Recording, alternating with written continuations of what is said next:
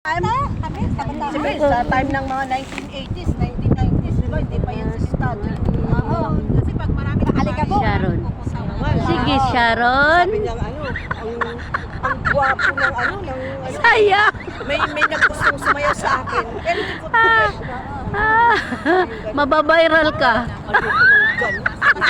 Sabay, ang sakit ng likod. Siguro nung bago siya pumunta ng Dito kami sa Kalipa. nagmamadali siya, nakuha niya yung pantalon niya. Hindi ko marunong suot niya. May langgam. Kanino yung bike, te? Sinabi niya sa akin, Kay siya? sabi niya, mamaya sa switch, sasayaw talaga. Marunong ka ba? Kanya pala service yan. Galing ni ate ah. Go, ate! Go! Sayaw yun. Galing ni ate, nag-bike na. Sige daw. Ayan. May nagsasayaw.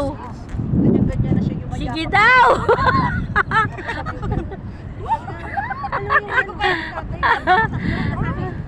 Ayan na si ate oh. Nagbabike si ate. Pero wala naman siya. Ganyan siya. Mamaya sabi niya, mamaya ulit. Di ba ba? Hindi ko alam. Isayaw na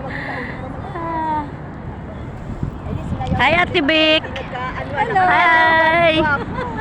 Layo ka? Sayaw-sayaw na lang. Siguro yung langgam. Naakyat sa taas. Akyat na. Oh, kinakagat na yung Hi, Ate Etsiding. Sabi niya, bakit ka ganyan siya? Ganyan siya. Sabi ko, ano ba? Ganyan siya, hindi na siya mapakali siya. Alam mo naman, Siya nag-exercise oh. kapag nangagat yan, di ba? Ang sakit. Sabi, Ano yun siya? Baluktot challenge?